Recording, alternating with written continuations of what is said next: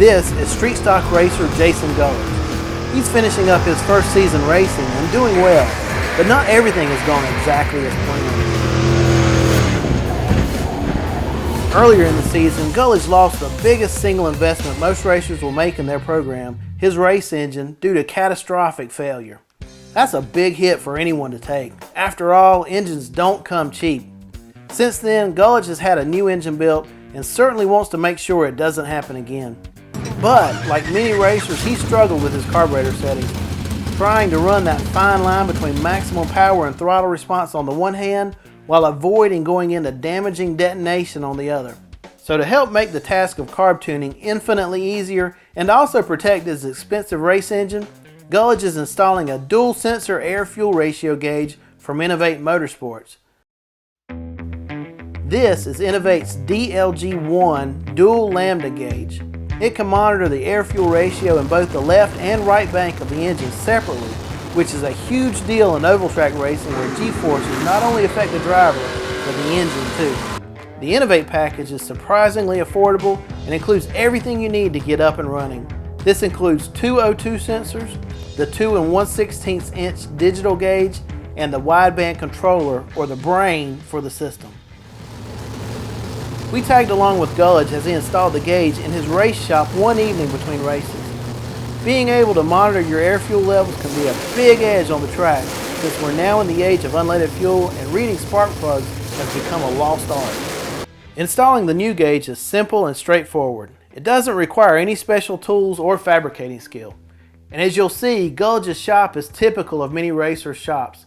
It's a workable area, but we're certainly not talking about a NASCAR Cup facility here. Gulledge begins by marking where he wants to place the high-end Bosch O2 sensors Innovate provides in a pair of short exhaust tubes. You can install the sensors directly in the headers just beyond the collectors, but for fitment in this particular chassis, Gulledge needed to go with the short extensions. After finding the best location that provides enough clearance for the sensors, Gulledge marks the locations on the pipe, then drills 1-inch holes for the weld-in bungs. Just make sure that the bung is somewhere between 9 and 3 o'clock when everything is mounted up. Otherwise, condensation can collect and puddle in the sensor, which will damage it. If you aren't comfortable with the welder, most muffler shops will gladly weld the bungs in for you for just a few bucks. But as you can see, it's not a tough job. Gulledge does it right on the floor of his shop. If you're running a crossover or catalytic converters, make sure the sensor is placed upstream of either. Next, Gulledge finds a place to mount the gauge. He doesn't have any room left on the race car's dash panel, but the 2 1/16 inch gauge is standard size, so we found this gauge mount for a few bucks at the local auto parts store and riveted it in place. In the off season, Gulledge says he'll rebuild the dash to accommodate the gauge. Next, he finds a safe spot for the control module.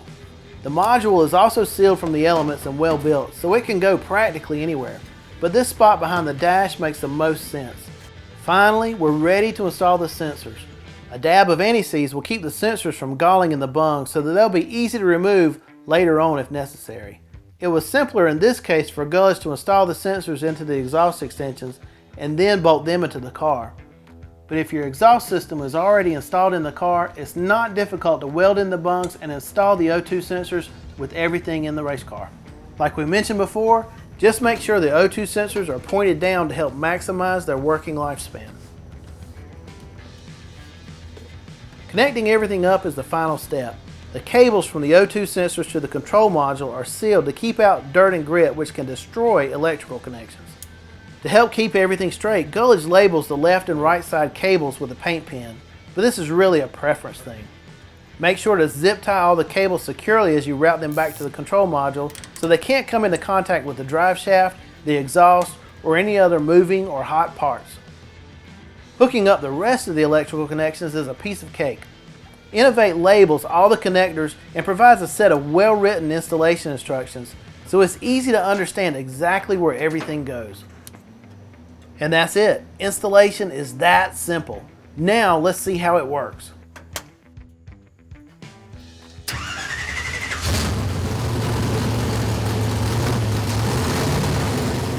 When you first fire the ignition, the O2 gauge goes through a short period while the sensors heat up and then start reading your O2 levels in real time.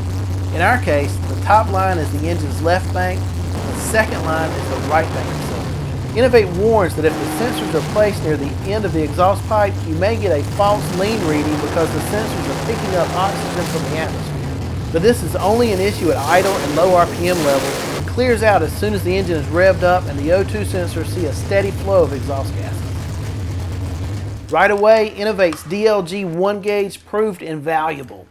Gulledge quickly learned from the gauge that he had overcompensated with the carburetor settings on the new engine and was running slightly rich. So Gulledge changed the jets from 68s in the front and 77s in the back to one size smaller all around. This brought the gauge reading into our target 12.5 to 13.5 range, which is right where we want to be. Now that Gulledge is finally confident that the carburetor is set up properly, he was understandably anxious to get back to the racetrack. We only dropped one jet size, which won't equal a dramatic change in performance, but Gulledge did say it made a huge difference in his peace of mind. The engine ran well, throttle response was excellent, and the driver could finally concentrate solely on his job behind the steering wheel instead of worrying about engine tuning. Plus, as it gets cooler later in the racing season, or if he travels to different locations, knowing whether the car needs a jet change to stay properly tuned will be as simple as running a few hot laps and seeing what the Innovate gauge tells us.